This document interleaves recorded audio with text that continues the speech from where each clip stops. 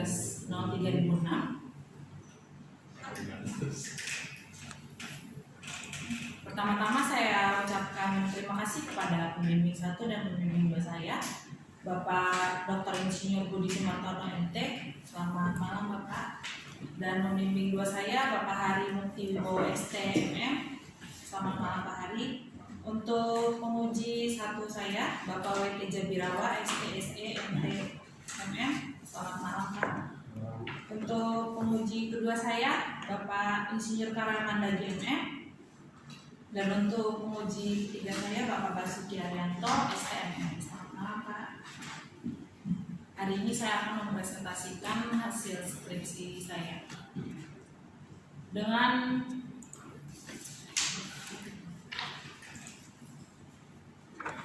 judul Analisis Sistem dan Prosedur Impor Produk Elektronik Live Goods Incoterm CIP dengan menggunakan pendekatan DMA pada PT Pantos Logistik Indonesia Cibitung, Jawa Barat. Yang 1.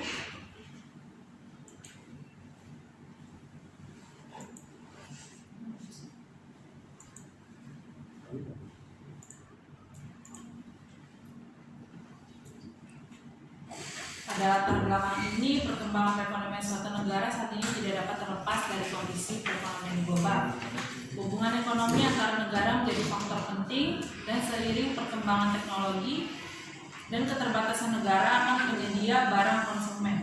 Hal ini menyebabkan Indonesia harus melakukan impor guna untuk mensejahterakan hajat hidup orang banyak dan mempermudah jalannya suatu kegiatan tersebut.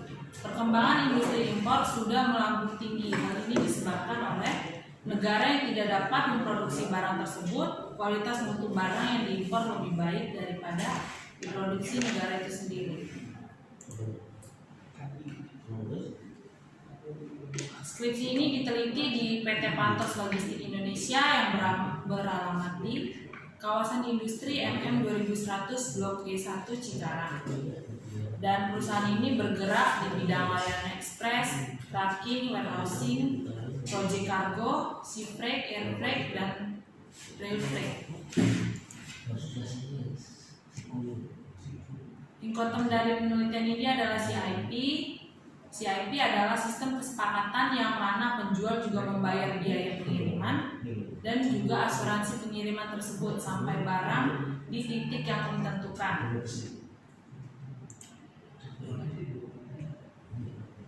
PT Logistik Indonesia sering mengalami reject dokumen dalam administrasi menangani dokumen impor.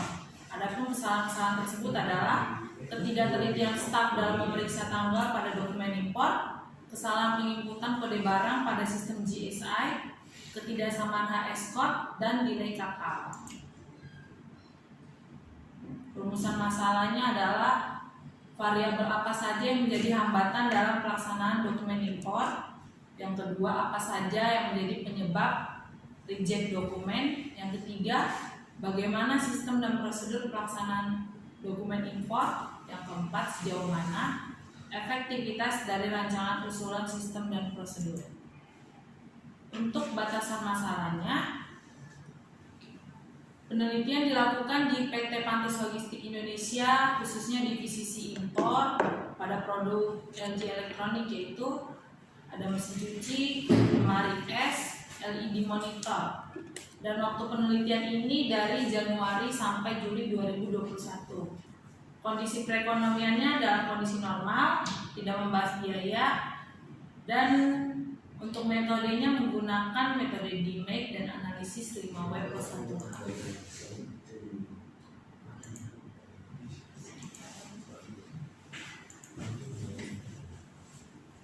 Untuk bab 2-nya saya menggunakan data dari Arifin Rahman, lalu dari Pamuji, lalu teori dari Sumantri. Semua definisi itu mengandung 5 unsur utama dalam sistem, yaitu elemen-elemen atau bagian-bagian, adanya interaksi atau hubungan antara elemen-elemen, adanya sesuatu yang mengikat, terdapat tujuan bersama, dan hasil akhir berada dalam lingkungan yang kompleks. sistem GSI. Ini adalah software yang digunakan PT Semartan Logistik Indonesia untuk mempermudah pekerjaan guna untuk tujuan bersama. Pada divisi impor, sistem ini berguna untuk penginputan data impor, pembuatan job sheet, request biaya delivery order, penginputan destinasi, ETD, tanggal ETA, kode sales, kode departemen. Tujuan dari sistem ini mempermudah karyawan dan untuk mengecekkan status dokumen impor dan membantu importir dalam pengurusan dokumen impor. Ini adalah sistem yang saya gunakan. Ini untuk dokumen MBL. Jadi yang kita input itu ada kode consignee, ada kode ETA-nya, terus kode pelayaran, lalu kode staff yang menginput BL ini. Ini untuk host BL, dan ini untuk bagian forwarding.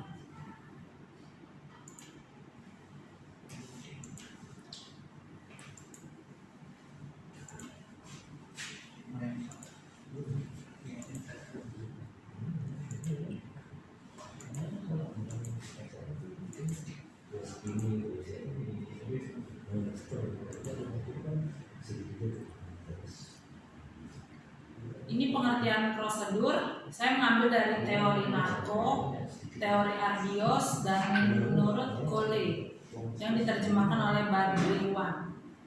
Dari beberapa pengertian menurut ahli di atas menyimpulkan bahwa prosedur adalah urutan kerja atau aktivitas yang melibatkan beberapa orang dalam satu departemen atau lebih yang dilaksanakan secara berulang-ulang.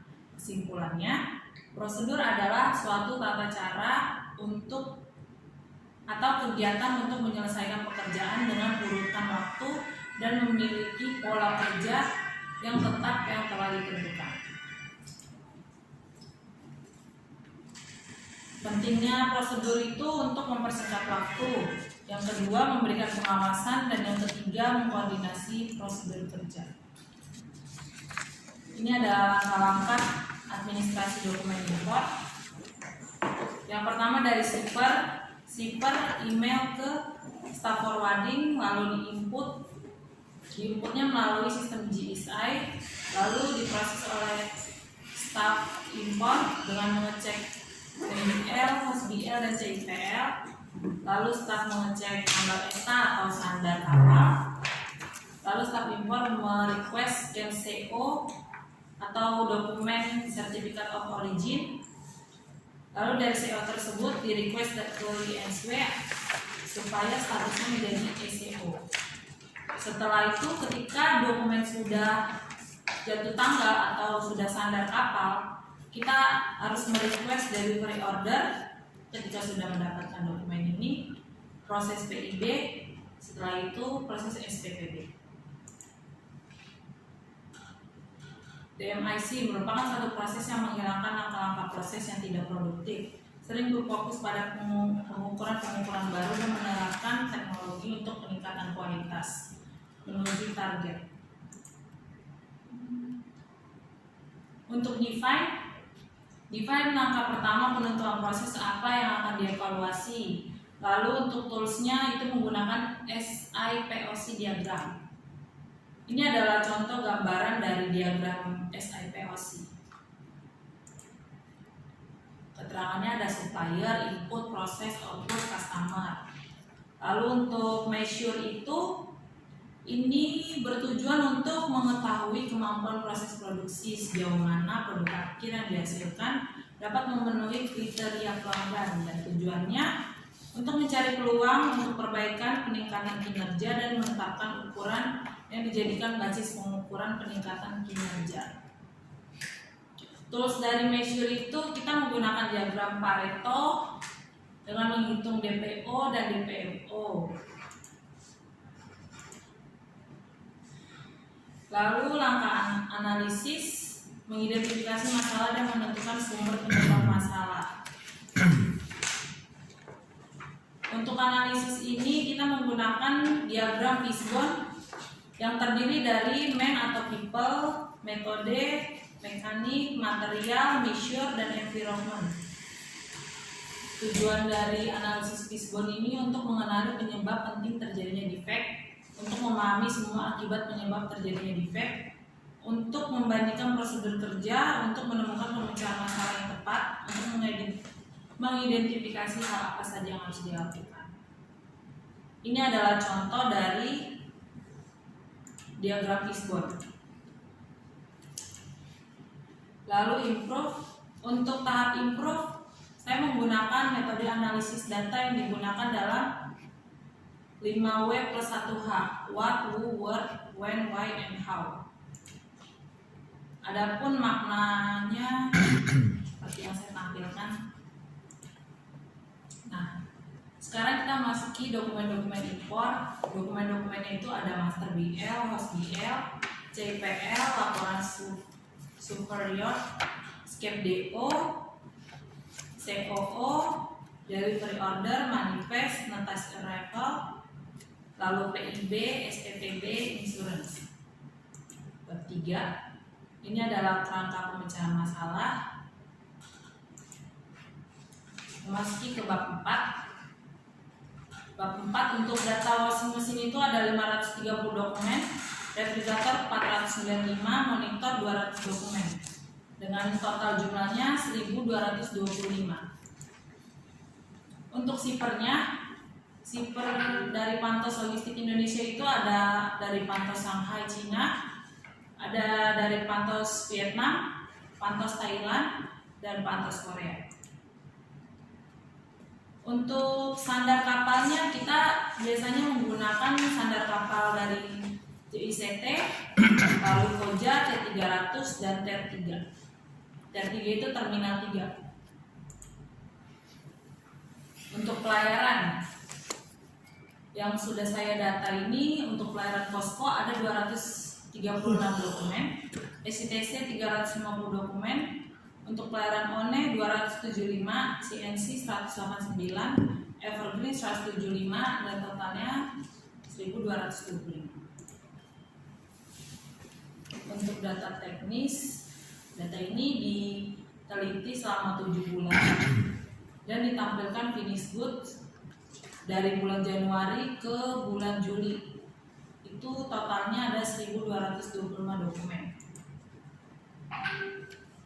Dan reject dokumen impornya itu bulan Januari ada 185, Februari 180, Maret 175, April 160, Mei 156 dokumen, Juni 155, dan Juli 116. Ini kesalahannya jumlahnya 1127 dokumen dari 1225. Ini adalah diagram Pareto dari tabel keterangan ini saya jadikan Pareto. Nah, ini untuk karakteristik kesalahan dokumen impornya, karena terjadinya kesalahan tanggal, lalu kesalahan penginputan kode barang pada sistem JSI, lalu HSK tidak sesuai dengan jenis barang dan delay kapal. Untuk tahap define, ini mengidentifikasi masalah dalam penelitian. Masalahnya itu lebih dipercepat lagi, jangan dibaca satu-satu, prinsipnya aja. Oh iya, Pak. Untuk define itu ada terjadinya perbedaan tanggal, lalu yang kedua kesalahan kode GSI, lalu HSK tidak sesuai dengan barang dan delay kapal. Ini untuk diagram SIPOC-nya.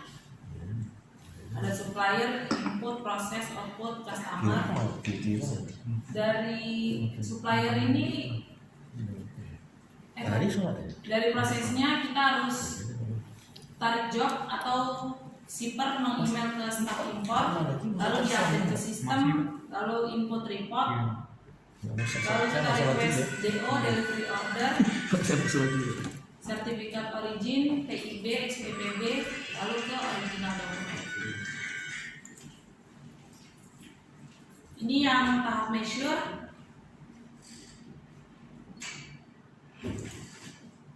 Lalu ini diagram dari tahap measure tersebut.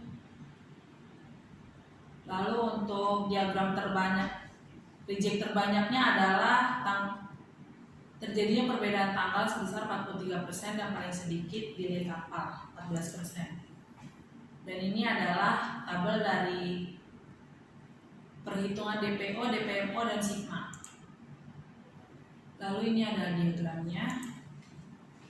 Untuk analisis, ini ada analisis dari analisis Fishbone. Yang akar-akar permasalahannya dari metode, dari main, sama materialnya.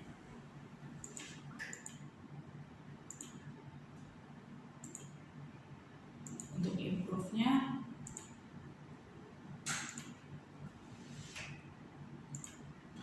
dan ini untuk kontrolnya berarti kita memperbaiki SOP dari pekerjaan tersebut. Kesimpulan dan saran.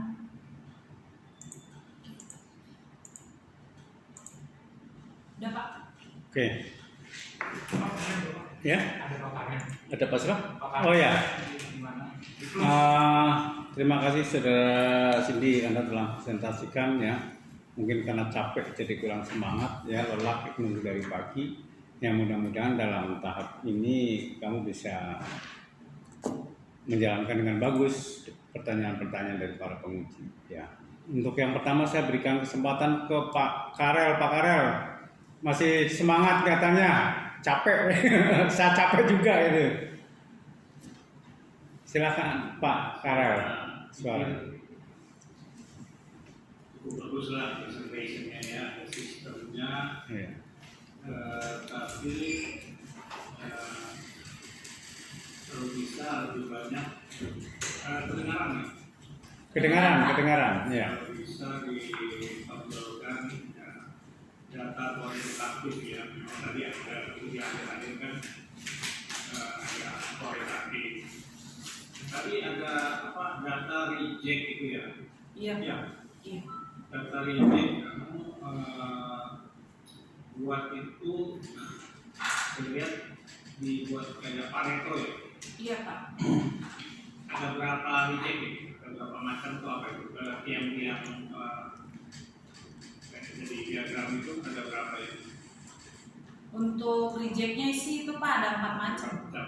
Ada 4 macam. Terus ini tuh banyak bulan tadi. Itu per bulan Pak. Oh itu setiap bulan. Iya, tapi untuk apa masing-masingnya ada 4. Nah kalau itu ada 4, kalau di Pareto itu harus keluar angka akhirnya. Kalau ada garisnya itu ke 100%. Iya, Jadi Pak. angka tuh ada yang 35 tapi jumlahnya 100. Lalu bar diagramnya ya harus bisa menunjukkan memang barnya itu Pareto kan yang paling besar di kiri, baru yang lebih kecil. Tapi ada garis di atasnya yang ke arah 100% ya. Saya tadi lihat cuma berapa, makanya kalau per bulan, jadi berubah-ubah itu. Dari Kalau bulan ke bulan tuh tetap 4 atau bagaimana? yang paling banyak sih 4 Pak. Paling banyak 4 Iya. ya sih konsisten karena kalau kita mau improve itu kan kita akan ambil yang Pareto dulu. Ya kan hukumnya mana dulu Pareto? Apakah mau kan itu berapa bulan? Januari atau 7 bulan. 7 bulan. Nah itu kan kalau konsisten kita mau perbaikan ya 7 bulan itu bisa 7 bulan di Pareto. Lalu di Pareto kan mana yang paling Pareto? Yang problemnya itu yang kita bahas dulu gitu. Kalau ya Pak.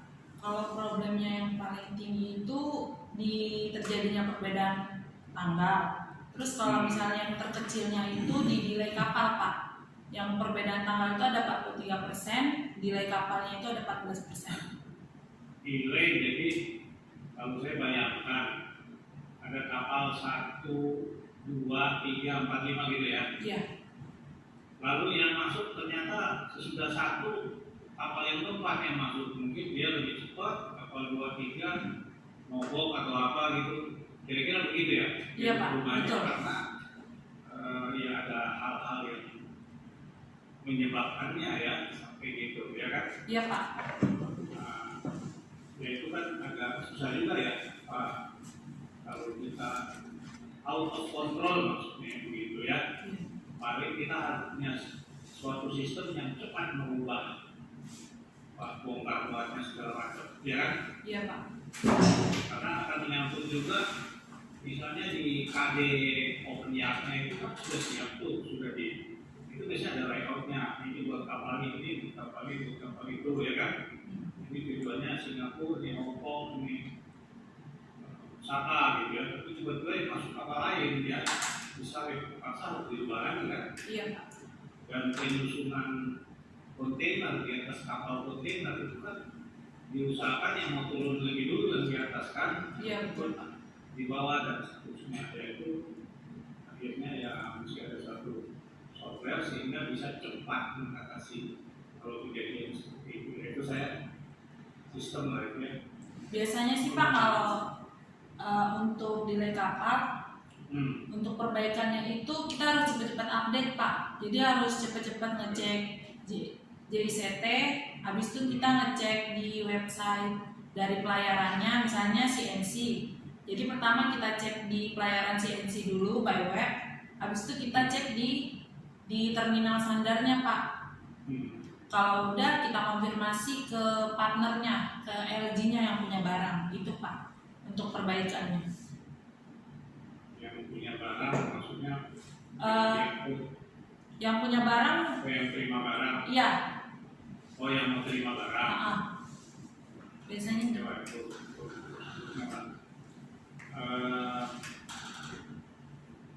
JICT itu bukannya ada JICT apa dua, JICT satu atau? UTC sih Pak, UTC 1. Adanya kita pakai UTC 1. Itu masuk JICT? Iya, itu masuk JICT. Oke, jadi itu sistemnya. Nah, kemudian kode barang gitu ya? Iya Pak. Apa? Dipakai apa? Harmonize atau apa? Sistem atau apa? Penomoran barang di dokumen. Kalau kode barangnya itu kan udah ditentuin dari perusahaan Pak.